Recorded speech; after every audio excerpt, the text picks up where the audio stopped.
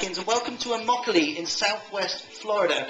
At the suggestion of WGCU and its listeners, we've come here to talk about forced labour and to hear the experiences of those who work in the tomato fields that surround this town. And we're going to start off with a description of Immokalee for those of you who've never been here, with the help of a local journalist. I'm Amy Bennett-Williams. I write for the News Press, a daily newspaper in Fort Myers, Florida.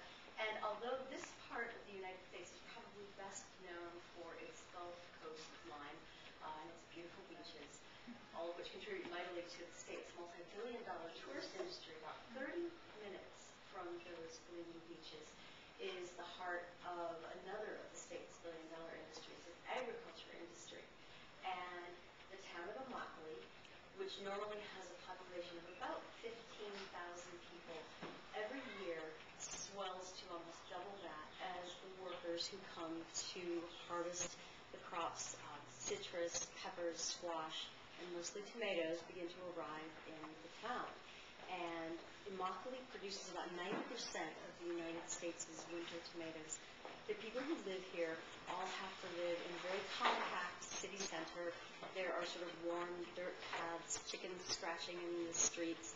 None of the buildings are more than 1 or 2 stories, and people live in very dense living situations. And not just chickens, vultures as well, which I saw gathering on the bins over just outside of the window in the parking lot over there. And we're broadcasting from inside the building of the Coalition of Immokalee Workers. We're very grateful to all of you here for having us, including Laura, who works with the Coalition. Laura, let's start our conversation with a definition of forced labour.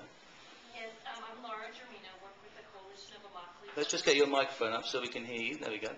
I'm Laura Germino with the Coalition of Immokalee Workers. Forced labor here in the United States involves workers who are held against their will. These are workers who could be immigrant workers or U.S. citizens by employers who use violence or threats of violence or psychological coercion to keep workers from leaving. These employers we've seen them use beatings, shootings, pistol whippings, armed guards, informants with cell phones that tell them when a worker may be trying to leave just to go and work elsewhere. And what you have is that these can be multi-state, multi-worker operations involving, say, from 400 to 700 workers at a time.